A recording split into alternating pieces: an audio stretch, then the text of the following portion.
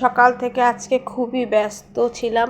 এদিকে মেয়ের পরীক্ষা, তার ওপর পুজো। আজকে তো মা মনসা দেবীর পুজো, তাই আজকে সকাল সকাল মেয়েকে স্কুল পাঠিয়ে পড়িয়ে দেখো রান্নাবান্না করে নিচ্ছি। রান্নাবান্না করার আগে পুজো টুজো করে নিয়েছিলাম, তারপরে রান্না বসিয়েছি যে রান্নাটা করে নিই। রান্না করে তারপরে আবার পুজো করতে যাব, যেহেতু ঠাকুর মশাই আসবে একটু দেরি করে। আর আমাদের বাড়িতে পুজো হয় না, পাশের বাড়িতে হয়। তো পাশের বাড়িতে সবাই মিলে একসঙ্গে পুজো করি। তাই দেখো এদিকে ঘরে কাজকর্ম সেরে ঘরের পুজো করে আমি একটু সয়াবিনের তরকারি, মানে নিরামিষ সয়াবিনের তরকারি আর ঢেঁকি শাক ভাজা করে ঠাকুর পুজো করতে বেরিয়ে পড়েছিলাম।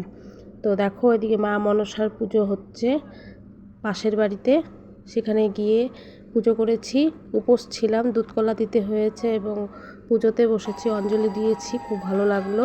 আমি এই প্রথম মা মনসার পুজো করেছি, উপোস ছিলাম।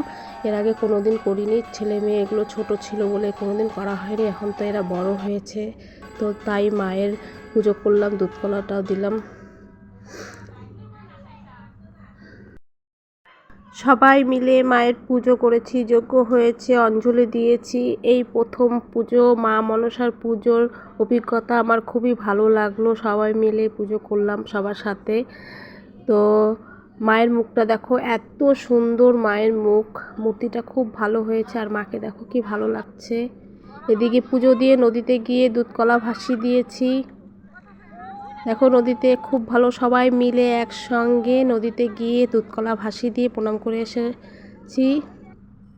আর দেখো আমার মেয়ের উৎপাত, জলে নেমে পড়েছে স্নান করবে বলে, স্নান করার জন্য পাগল হয়ে যায়। তারপরে নদীর থেকে এসে মা কালীর মন্দিরে ঢুকেছি। মা কালীর মন্দিরে গিয়ে ভোলে বাবাকে প্রণাম করে মাকে একটু প্রণাম করে ভিডিও করে নিলাম। তো আমার ভিডিওটা কেমন লাগলো কমেন্ট করে বলবে। আজকে পুজোর দিন সব ভিডিও